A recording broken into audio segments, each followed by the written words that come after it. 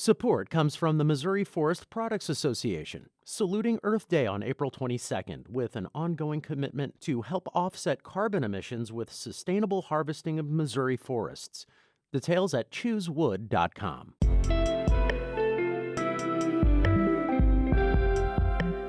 It's Friday, April 28th, and this is The Gateway. I'm Sarah Fenton. Ahead, transgender educators in Kirkwood say they were pushed out of the school district because of their identities. My fire for education, that love for education, could not overcome that constant quenching that came from the fear of just all of it. That story from St. Louis Public Radio's Kate Grumke is coming up, but first, this news. A St. Louis judge has found Circuit Attorney Kim Gardner and one of her assistants in indirect criminal contempt for her office's failure to show up at 2 hearings in a shooting case. Gardner was not in the courtroom on Thursday for the proceedings in front of Judge Michael Noble. The prosecutor assigned to the shooting, Christopher Desolitz, admitted he did not attend the first meeting because he was addressing a medical issue. Desolitz says he was double booked for the second hearing and made the decision to be in a different courtroom. My foul here, I beg the court's pardon, is not that I was late, but that I failed to let you know ahead of time. Desolitz is handling more than 100 felony cases. The judge says that represents a failure of Gardner to manage the workload of her attorneys. The next hearing in the case is May 30th. Missouri Governor Mike Parson says he's prepared to call for a special legislative session to pass restrictions on transgender minors in the state. As St. Louis Public Radio's Sarah Kellogg reports, the governor's comments come as the Missouri Senate and House each continue to push their bills. Lawmakers have 2 weeks left before the end of the 2023 legislative session, but they could be forced to return for a special session if they do not pass legislation restricting transgender minors' access to gender-affirming health care, as well as stopping trans athletes from participating on sports teams that align with their gender identity. Both the House and Senate have passed their own versions of the bills, but none of the bills have passed both chambers. Senate President Pro Tem Caleb Brown says they will not be taking up the House bills. The House is going to pass our bill. We've done our work, and everything else is hypothetical. Speaker of the House Dean Plocher said the House versions are more conservative, but that everything is on the table regarding the passage of the Senate bills. In Jefferson City, I'm Sarah Kellogg, St. Louis Public Radio. Prehistoric fish that nearly went extinct more than 100 years ago are spawning at Audubon Center at Riverlands for a second year in a row. Sarah Pieper is a fish biologist for the Missouri Department of Conservation. She says lake sturgeon have only been spotted spawning at the confluence near the Melvin Price Dam in West Alton. The conditions are right for spawning. They like rocky, cobbly shorelines. They like to have a certain amount of flow coming over those rocks, and this area provides that. The fish are native to the region, and their comeback is an indication of a healthier river ecosystem.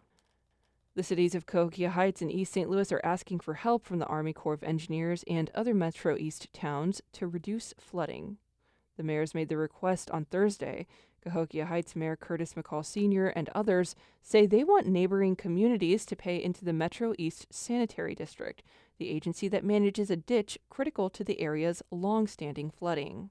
And that if we were a white community in St. Clair County, this problem would have been taken care of. That there's no way, without calling it what it is, environmental racism. McCall and others want the Army Corps to help fund the repairs to the ditch. Engineers estimate the project could cost more than $100 million and take more than a decade to complete.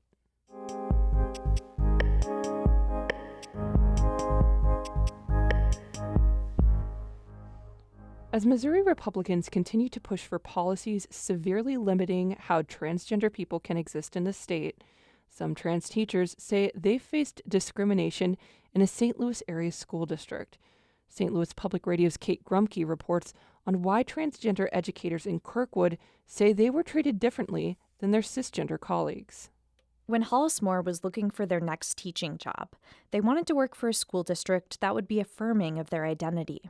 Moore is a gifted education teacher who uses they-them pronouns and the gender-neutral title mix. I really did think that there were a lot of good signs for Kirkwood being a good fit. But after 4 years with the district, Moore is leaving at the end of this school year. They say the district forced them to resign after years of changing expectations in how they were allowed to discuss their identity. My fire for education, that love for education, could not overcome that constant quenching that came from the fear of just all of it. All of the concern of, am I hiding it enough? Is something going to be a problem tomorrow? Is someone going to misinterpret what I've said? Moore isn't the only openly transgender educator who says the Kirkwood School District discriminated against its employees. 2 others say they've also been forced out. In response to questions from St. Louis Public Radio, a spokesperson for the Kirkwood School District said they would not comment on specific personnel issues. They also said they acknowledge and respect that a person's sexual orientation and gender identity are part of who they are. But the spokesperson went on to say, quote, "At the same time, gender diversity is an aspect of human sexuality. Discussion of and providing information regarding diverse gender identities is sexual education." End quote.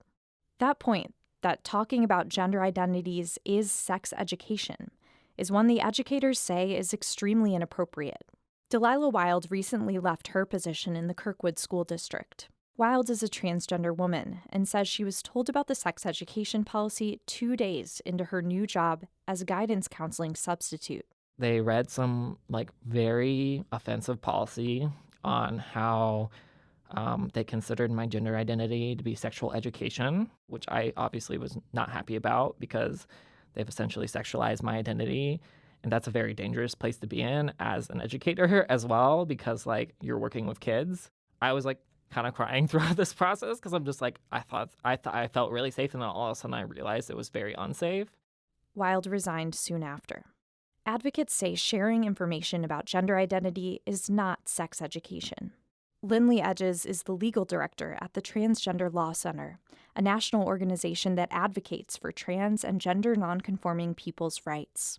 No one should be denied the opportunity to be themselves at home or at work. When we restrict someone's ability to show up authentically and fully, we create the harmful conditions that allow for trans people to experience both discrimination and lack of autonomy.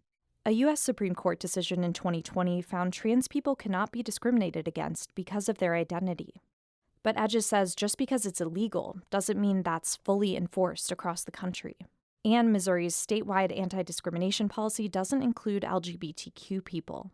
The educators are alleging discrimination as Missouri Republicans are working to pass some of the most anti-trans policies in the country. A new rule from Attorney General Andrew Bailey that seeks to limit gender-affirming care for minors and adults has many trans Missourians saying they're considering moving to another state. That includes both Moore and Wild. Back in Kirkwood at April's Board of Education meeting, more than 100 people wore matching shirts to show their support for trans rights. Maggie, you are here! Oh my gosh, you're here! Moore ran into Maggie McCoy, one of their students. I asked why Maggie came out that night. To support Mix More, because I love Mix More, and Mix More is my favorite teacher. Moore asked supporters to do more than just put a sign in their yard or pronouns in their email signatures. It's just not enough anymore, not in a state like Missouri. We're in Missouri, and in a place like this, what we need is loud and consistent activism from our supporters. Inside the meeting, every in-person speaker asked the district to support openly transgender educators in Kirkwood. I'm Kate Grumke, St. Louis Public Radio. Our Brian Moline edited that report. Ashley Lisenby is the news director of St. Louis Public Radio, a listener-supported service of the University of Missouri St. Louis.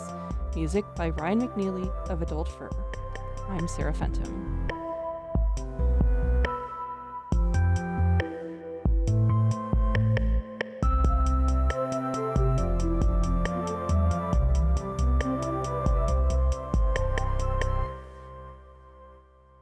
Support comes from the Missouri Forest Products Association, saluting Earth Day on April 22nd with an ongoing commitment to help offset carbon emissions with sustainable harvesting of Missouri forests. Details at choosewood.com.